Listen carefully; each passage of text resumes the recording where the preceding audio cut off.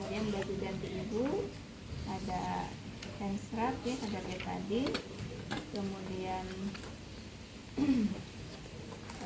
ada sarung tangan steril ya, kemudian ada alat hekting ya, jarumnya ya nanti diajarinya di dadar ya, ada benangnya, kemudian ada gunting, ada nahkudernya ya. Nah kita juga siapkan ada oksitosin ya, 2 ampul. Yang ampul pertama wajib ya, jadi langsung kita siapkan ya, langsung kita siapkan, masukkan, jadi nanti tinggal disuntikan aja. Yang 1 ampul lagi dibiarkan dulu ya, apakah nanti akan dipakai atau tidak, karena tidak wajib. Kemudian ada baki plasenta ya, ada saffron, ada biskot, ada ember. Kemudian di yang sterilnya di sini ada duk bolong ya, ada duk steril atau bisa juga underpad steril ya, atau kalau enggak juga underpad biasa. Ini tidak harus ya, karena sekarang sih jarang dipakai ya, pakai underpad langsung.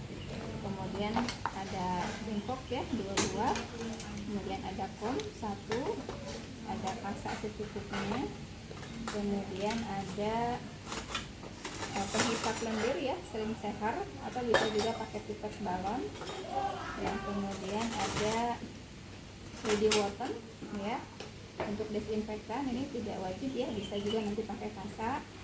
Kemudian ada umbilical cream ya, kalau tidak ada ini bisa siapkan benang kasur ya, benang. Kemudian ada pinset 2 buah, kemudian ada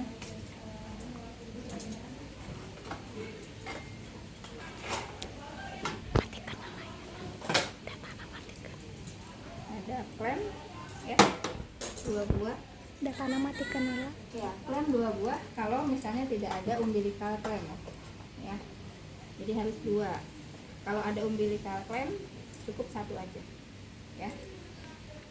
Kemudian ada gunting episiotomi ya, yang sudut ya, ada gunting tali pusat yang lengkung. Kemudian ada kateter logam ya, ini hanya untuk pengenalan aja, sekarang sudah jarang dipakai ya, tapi kalau ada ya, ini sama kayak kateter, dimasukkan nanti dikeluarkan air kencingnya dari sini. Bisa juga pakai, nah sekarang ya langsung aja pakai yang nelaton ya kateternya. Kemudian ada setengah kohler atau pemecah ketuban. Kemudian ada tampon ya, untuk menyerap darah ya pada saat kita hektik, untuk ngedep darah.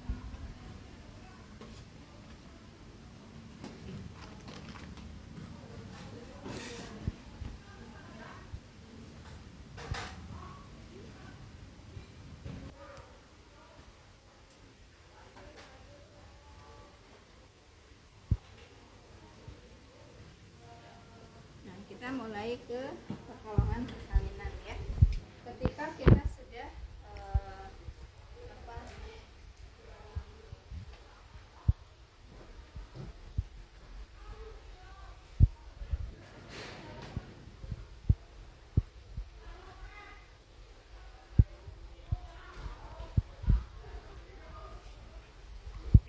ada tanda-tanda kala 2 ya, tanda-tanda kala 2 itu biasanya keinginan mengedannya udah tak tertahankan lagi ya, keinginan BAB-nya udah kuat ya, seperti mau BAB gitu.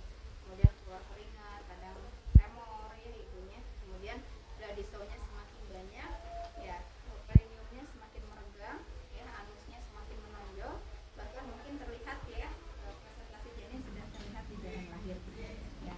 Maka kita siap-siap melakukan pertolongan persalinan ya. Tadi kita sudah siapkan alat, kemudian kita pasang perlak ya. Ini perlaknya terlalu pendek, kurang lebar ya, harusnya agak lebar ya, supaya darah itu nggak kemana-mana. Nah, kita pasang di bawah bokong pasang ya, kita dulu diangkat bokongnya ya, pasang. Kemudian ujungnya ya, ujung perlak ini kita masukkan ke dalam ember ya, supaya kalau ada darah cairan itu tidak kemana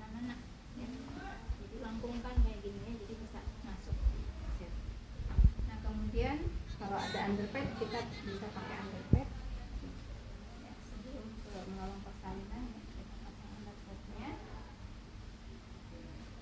Nah, sama ini juga kita masukkan lagi, kemudian kita ganti selimutnya dengan selimut pasien ya, atau bisa juga pakai samping ya kalau pasien bawa kain.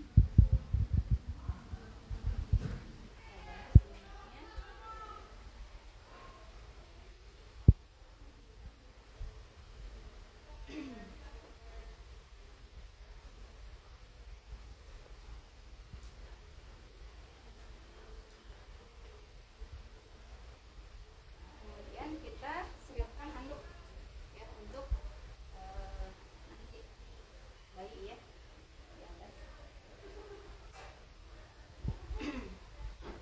Kemudian kita siapkan handscoon. Buka. Ini bisa dipakai ya buat menyimpan alat juga kalau misalnya nggak cukup. Handscoonnya bisa handscoon steril ini ya, kita buka atau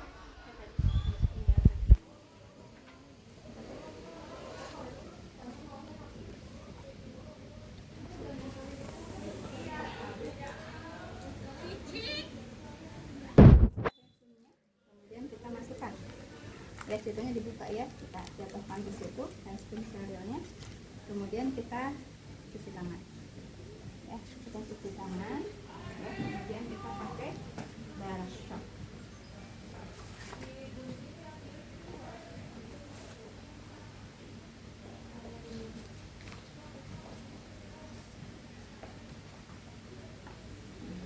Boleh pakai ini dulu cuci tangan ya, atau tadi cuci tangan dulu dan pakai ini ya, kemudian kita pakai handscoon.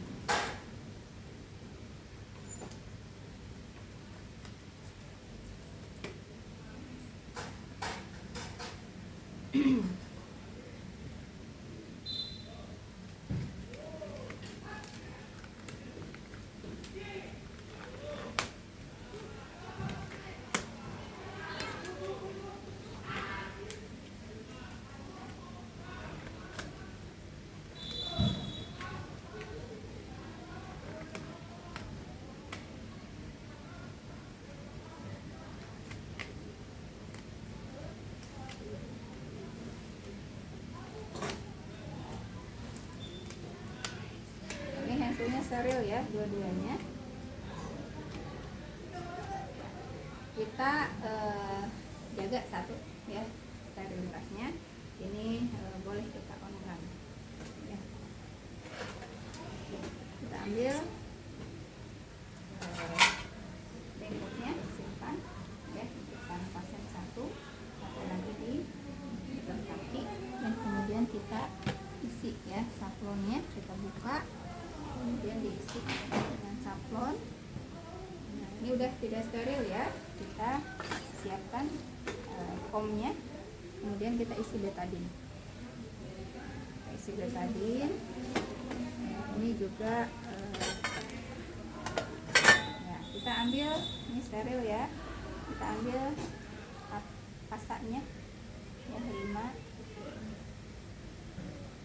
ya, kita masukkan ke yang tadi sudah dipakai ya, ke kom ya, kemudian kita isi betadine ya. Kita lakukan vulva hygiene ya. Kita ambil 5 ya, kemudian kita peras ya, di sini kita peras, kemudian kasihkan ke tangan ya. Kita ambil pinset ya, mau langsung juga, cuman hati-hati aja ya, nggak pakai pinset nggak apa-apa ya, tadi jangan dikasihin ya, karena kan steril, tetap di sini nanti satu-satu. Kita lakukan vulva hygiene terlebih dahulu ya. Bu, bukan Bu ya, saya bersihkan dulu ininya ya. Kita yang terjauh dari kita dulu ya, yang sebelah kiri ya.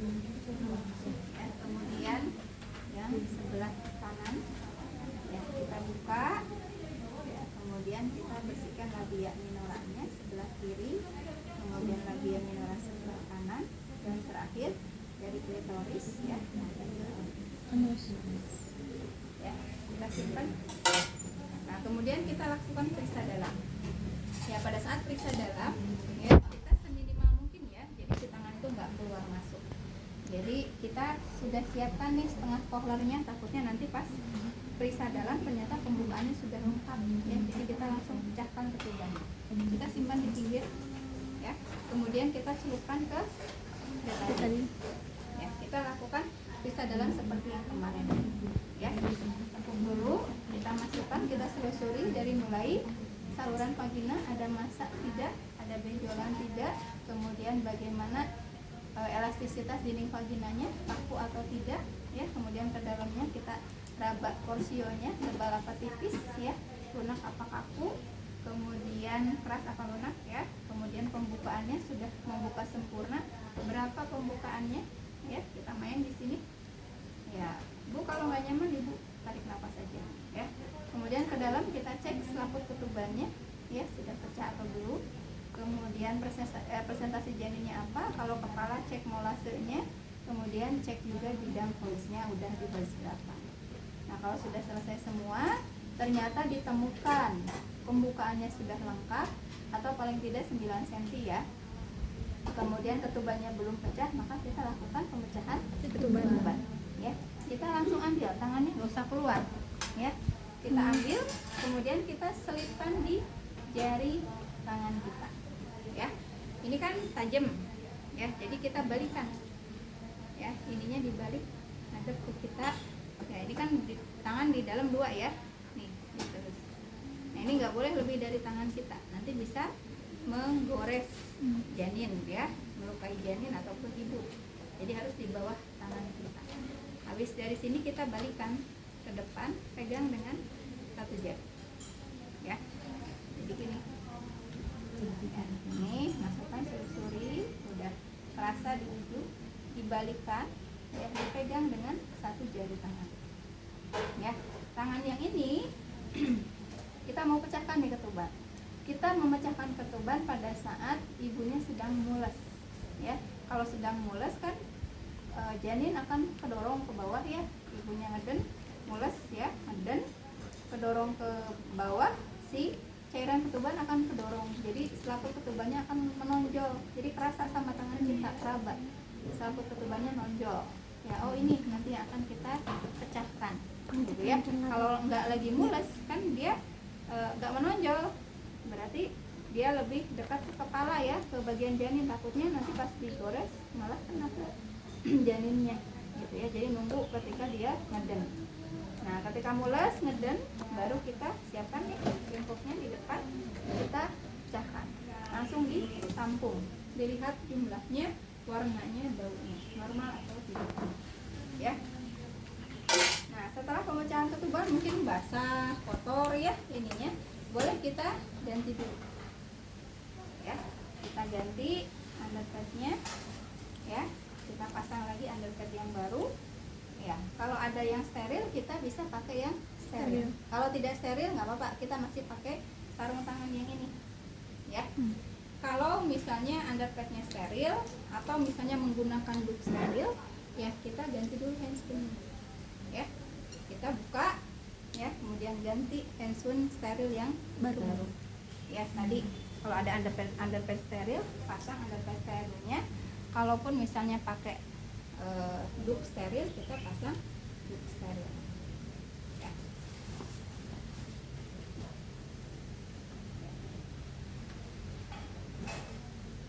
Ya, kemudian kita pasang loop bolongnya ya. Disuruh ibunya, Bu, agak ditarik ya itunya, selimutnya ya. Nah, baru kita siap-siap mulai menolong persalinan.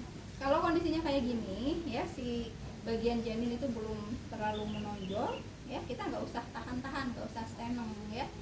Biarkan aja, ketika ibunya mules kita pimpin persalinan aja. Bu, nanti kalau mules ya, ketika mulesnya kuat aja ibu ngeden. Kalau mulesnya belum terlalu kuat, nggak usah ngeden dulu, dihemat energinya gitu ya. Jadi mendingan ngeden sekaligus gitu ya, tapi efektif gitu ya, bayi bisa keluar daripada sering ngeden tapi nggak efektif, malah ibunya nanti kecapean gitu ya. Nah nanti ibu ngeden ya, nanti si kepala janin ini akan keluar masuk ya. Jadi ketika ibunya ngeden ya, si kepala ini akan mendorong ya, akan mendorong gitu ya. Ketika ngedennya berhenti, masuk lagi ya, nanti keluar masuk kayak gini ya. Nanti ada suatu saat ya, si kepalanya itu sudah diem, terfiksasi ya, terlihat ya di sini mendorong ya sekitar 5 sampai 8 cm. Ini yang disebut dengan crowning. Nah pada saat crowning, ketika sudah menonjol sekali, baru kita tahan sternum ya, pakai telapak tangan ya, bukan pakai jari-jarinya nahannya. Jadi tidak pakai jari nahannya, pakai telapaknya. Telapaknya membentuk yang kanan membentuk setengah mangkuk, tempelkan di bawah yang menahan perineum, yang di atas telapaknya menahan klitoris ya. Ibu jarinya bisa menahan kepala supaya tidak terlalu ekstensi ya, tidak terlalu tengadah, karena kalau terlalu gini dia bisa merobek klitoris ya. Tahan sambil kita pimpin, ayo bu ngeden bu ya, nanti dia akan ngeden, ngedorong. Nah kita tahan aja terus kayak gini ya. Kalau misalnya ada indikasi episiotomi ya, kita siapkan episiotomi ya. Kita kan ada indikasinya ya, baca lagi teorinya. Kita celupkan ke betadine, kemudian di desinfektan dulu daerah yang mau di gunting ya, di epis, dan kita ambil gunting episiotominya ya. Ini steril ya, boleh juga kita celupkan ke betadine dulu ya. Kemudian kita masukkan 2 atau 3 jari tangan kita dengan posisi seperti ini ya, punggung tangannya melindungi kepala janin, sedangkan telapak tangannya ini bisa sambil keraba kayak gini. Sudah betul-betul tipis belum ya, ibunya biarin ngeden ya. Pada saat ngeden lah kita gunting ya. Kalau keraba ini udah tipis ya, kita siapkan di sini, langsung kita gunting ke arah medio lateral 45 derajat ya. Kalau ke arah lateral kan lurus ke bawah ya, kalau ini ke samping ya. Kalau ke bawah itu ya resiko robekan ke anusnya besar ya, makanya jarang dipakai. Kalau ke samping juga ini terlalu tebal ya, perdarahannya biasanya banyak dan ibunya nyeri ya. Kalau ke sini tidak terlalu tebal ya, jadi nggak terasa nyeri ya, dan darahnya juga sedikit. Oke, sudah digunting, kemudian kita terus pimpin. Karena ini nggak bisa lahir ya kalau nggak dibuka ininya. Kita buka. Ya. Nah nanti tinggal tahan aja kayak gini. Ayo bu ngeden bu ya, bu ngeden ya, bagus ya. Nah ini sambil ditahan kepalanya, jangan sampai defleksi maksimal ya. Oke, kalau sudah keluar ya sampai leher, udah bu berhenti ya, stop. Kemudian kita lap ya, keringkan mulut dan hidungnya. Kalau misalnya banyak, kita bisa pakai pipet balon ya, bayinya dimiringkan, kemudian dihisap lendirnya, disedot ya, atau bisa juga pakai ini, cuman ini agak ribet ya. Kita harus masukkan nih ke mulutnya, disedot ya, nanti dahaknya masuk ke sini lendir, mulut, hidung gitu ya. Oke ya, kemudian jangan lupa cek lilitan tali pusat, ada lilitan enggak gitu ya. Kalau misalnya ada lilitan ya kayak gini ya, kita cek longgar enggak. Kalau longgar kita keluarkan ya. Tapi kalau misalnya kencang ya, mencekik ya, ya banyak ya dan mencekik, bisa kita langsung potong di situ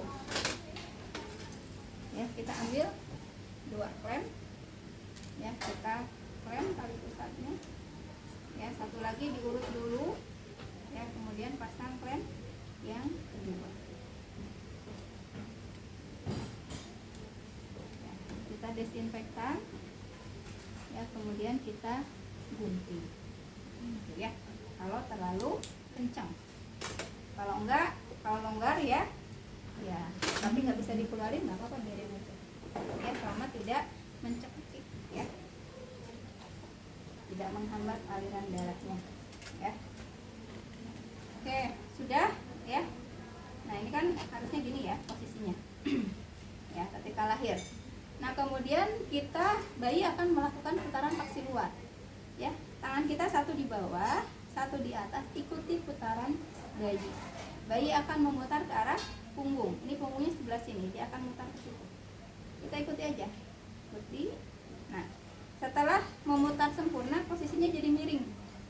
Ya, kita tekan ke bawah, lahirkan bahu depan atau bahu atas. Udah keluar, tarik ke atas, lahirkan bahu bawah, ya, atau bahu belakang. Setelah itu sangga susur, ya, karena punggungnya di sebelah kiri, tangan kiri kita menahan sangga, tangan kanannya menyusuri punggung janin, selipkan ibu jarinya di ketiak, ya, jari tengah, jari telunjuk di bokongnya, di selangkangannya. Kemudian ibunya suruh ngeden, baru lahirkan bayi.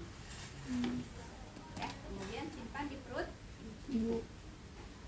Ya, kemudian kita lakukan pemotongan tali pusat. Ya, terlebih dahulu kita klem tali pusatnya sekitar 5 cm ya, kita pasang klemnya, jepit, ini dijepit ya. Kemudian kita pasang klem yang kedua, makanya cukup satu aja kalau pakai umbilical klem ya.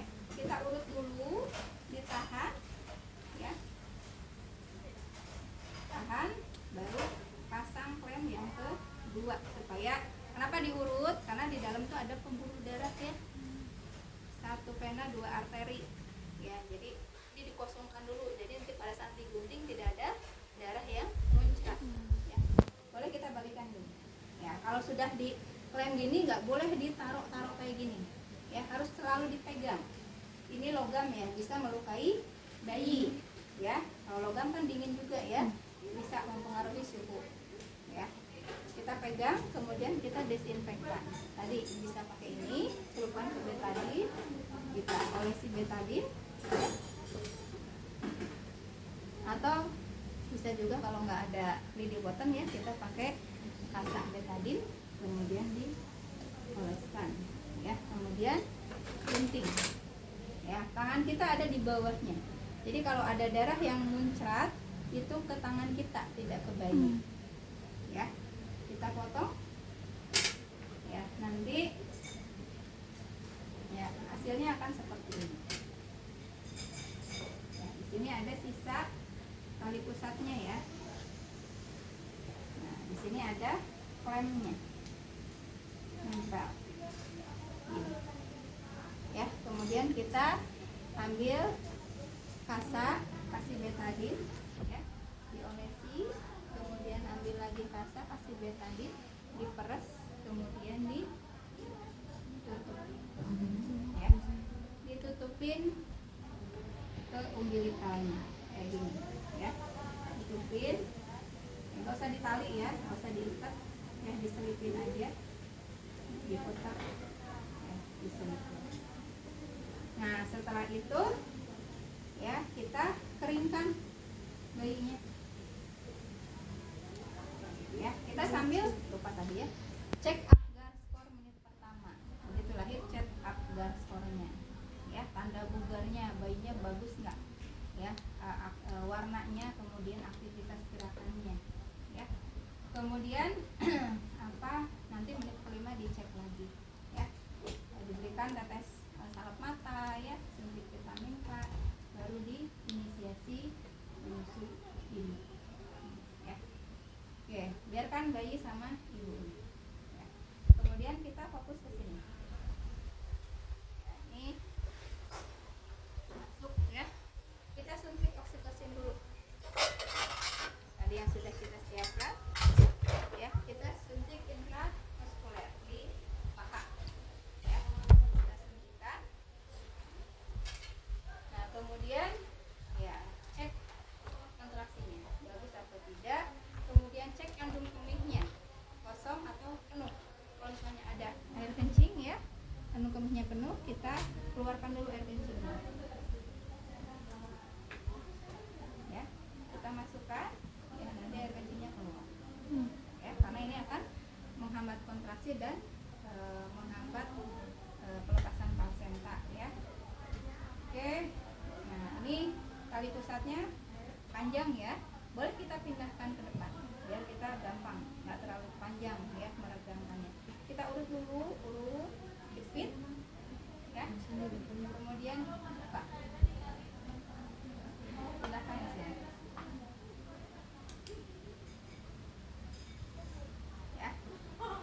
Nah, sebelum ke situ tadi kan kalau nggak ada umbilical clamp bisa juga pakai benang kasur ya.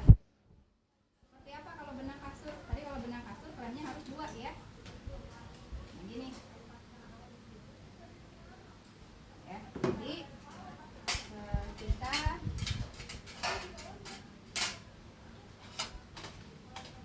tadi kan dipasang klem pertama ya 5 cm ya, kemudian diurut ya, ini ceritanya masih tadi ngulang lagi ya, urut sekitar 2-3 cm, pasang klem yang kedua ya. Tadi didesinfektan, digunting ya. Jadi nanti hasilnya ya ini ada 2 kayak gini.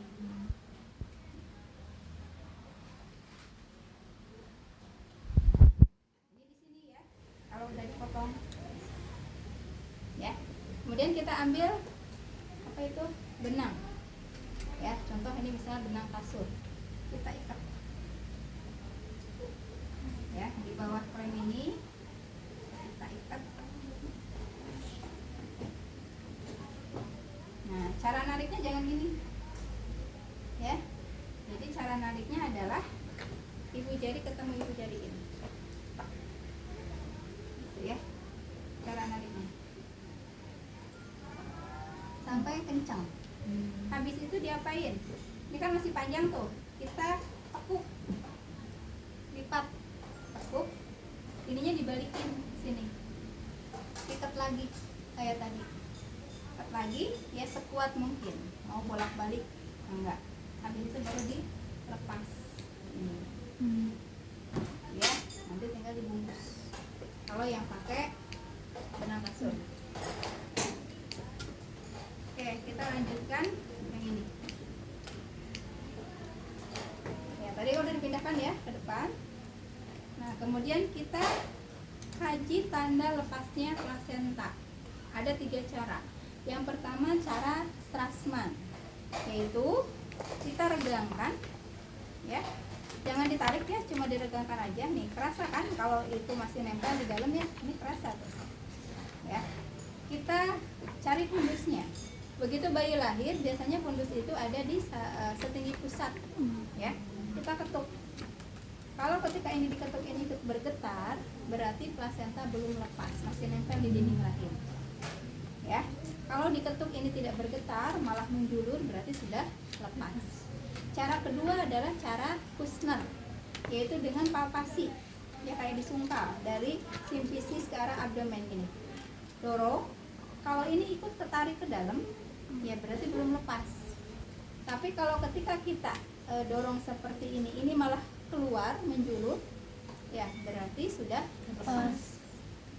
Cara yang ketiga adalah cara klaim, yaitu ibunya suruh ngeden. Ayo bu ngeden. Ketika ibunya ngeden ini kan kedorong tuh keluar gitu ya. Tapi ketika ibunya berhenti masuk lagi gitu ya. Berarti belum lepas. Tapi kalau misalnya ketika ibunya ngeden ini menjulur keluar, ketika ibunya berhenti ngeden ini nggak masuk lagi, dia tetap menjulur, berarti sudah lepas. Ya, silakan dilakukan ya salah satu aja, nggak usah 3-tiganya dipraktekkan. Yang biasa dipraktekkan adalah cara Kushner yang ini, itu yang biasa di lapangan dipraktekkan. Oke, ya kita sudah tahu nih sudah lepas misalnya ya. Nah kita sekarang observasi tanda lahirnya plasenta. Tanda plasenta akan keluar. Biasanya si rahimnya akan berkontraksi lagi, bulat lagi, keras ya, kayak ada kepala lagi di sini ya. Kemudian tiba-tiba karena itu udah lepas, berarti kan ada perdarahan ya. Tiba-tiba keluar darah banyak ya, warnanya gelap biasanya ya. Nah, dan akan terlihat ada massa di introitus. Ada kelihatan ya, si plasentanya sudah mulai kelihatan. Itu ciri-ciri plasenta akan lahir. Ya, kita bantu melahirkan. Nah, kalau kepanjangan gini boleh digulung. Ya, digulung supaya tangan kita lebih dekat. Nah, ibunya boleh ngeden. Ya, Bu, ngeden, Bu. Ya, bantu ngeden. Ini kan kedorong keluar, gitu ya. Terus ini kita gulung. Sambil itu maju ya, ini turun semakin turun.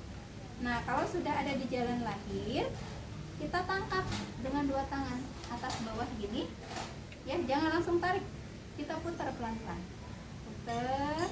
Karena mungkin selaputnya masih ada yang nempel, gitu ya. Makanya jangan langsung ditarik. Nanti ada yang ketinggalan.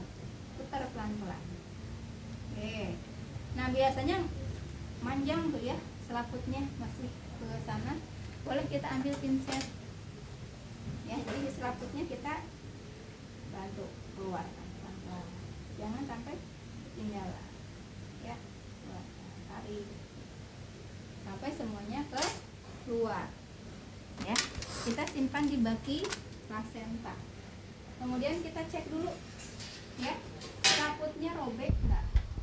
Kalau misalnya robek, ya, lihat jaringan plasentanya, kotiledonnya, ada yang ketinggalan enggak? Kita buka selaputnya, buka, kemudian diraba, ada jaringan yang enggak ada enggak? Biasanya kalau ada jaringan yang ketinggalan di sana, ada cekungan di sini kosong, ya, boleh dibalik dulu, sama tuh diraba. Oh, ini kosong nih, gitu ya. Segede apa kira-kira? Ya, udah ketahuan nih ada yang ketinggalan, kita cari di dalam. Nah, ambil kasa, masuk, ya, masuk, dibersihkan.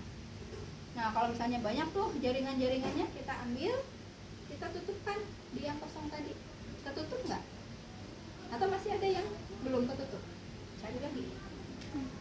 Ya, sampai betul-betul bersih, tidak ada jaringan. Tadi udah gantian sini ya? Udah ya tadi ya. Oke, yang dia sampai bersih. Nah, kalau sudah bersih, baru kita apa ini? Hekting. Ya, kita jahit, kita pasang. Nah, setelah plasenta lahir, cek lagi kontraksinya bagus atau enggak. Kalau misalnya lembek, ya, kontraksinya jelek, boleh kita berikan lagi. Tadi kan masih ada satu ampul lagi ya, kita suntikan lagi biar merangsang kontraksi ya, oksitosinya. Kita masukkan tampon, ya, ininya dijulurkan. Jadi kalau ada darah yang keluar, darahnya keserap, ya, jadi tidak menutupi luka. Lukanya jelas kelihatan, langsung kita hekting gitu ya. Kita lakukan hekting. Ya, nanti diajarinnya ya. Kita jahit aja ya. Sampai selesai semua sudah terjahit. Kemudian kita tarik tamponnya. Nah, kita tampung. Biasanya kalau tamponnya ditarik, darah banyak keluar. Ya, tarik, darahnya tampung. Ya, kita bersihkan lagi. Ya. Setelah bersih, kita kaji anusnya kejahit enggak. Gitu ya. Kita masukkan jari kelingking kita ke anus. Kalau misalnya nggak ada hambatan, bisa masuk, berarti tidak terjahit. Sambil agak diangkat ke atas gini. Nah, dilihat, kita lihat dari sini kerapihan jahitannya. Ya, jahitannya rapi nggak? Ada luka yang belum terjahit nggak? Biasanya ada keluaran darah di situ ya, masih keluar. Nah, kita tadi jahit lagi, gitu ya, sampai betul-betul terjahit semua. Nah, kalau sudah selesai, ya, kita rapihkan ibunya. Bersihkan, kita ambil waslap atau bisa juga tisu basah atau apalah ya, kita bersihkan ya, ininya ya, kita perlukan ya. Kemudian baju ibunya, kain ibu yang kotor ganti ya. Kemudian kita pasangkan ya selimut atau kain yang baru ya, yang masih bersih. Ya, kita tutup ibunya. Bayinya biarin aja ini sudah menyusui ya, sampai 1 jam. Nah, kemudian kita masuk ke kala 4 ya. Kita observasi selama 2 jam. 1 jam pertama kita observasinya tiap 15 menit, jadi 4 kali ya. Kita tampung perdarahannya ya.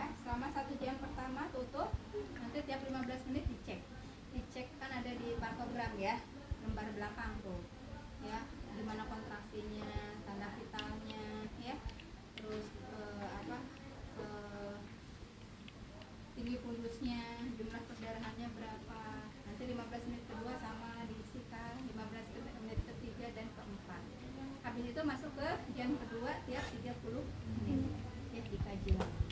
Nah kalau sudah selesai ya, kita jangan lupa kaji plasentanya normal atau tidak ya, dari mulai beratnya, kira-kira beratnya berapa. Di situ kan ada normalnya ya, sekitar 500 sampai 600. Diameternya kita ukur ya, garis tengahnya kira-kira berapa senti ya, makanya masing-masing harus tahu satu jengkalnya itu berapa senti. Kemudian tebalnya kira-kira berapa senti ya, kemudian insersi tali pusatnya di pinggir apa di tengah ya, kemudian panjang tali pusatnya berapa ya, kita ukur ya. Kemudian tadi ya, jumlah kotiledon dari dicari ya, dilihat utuh ya, atau tadi ya yang sudah ketinggalan kira-kira berapa kotiledon ya. Kalau misalnya ukurannya normal ya, kemungkinan suplai nutrisi ke bayi juga bagus ya, tapi kalau misalnya ukurannya kecil ya, berarti kemungkinan bayinya juga kekurangan suplai nutrisi ya. Nah setelah ini bisa dimasukkan ke kresek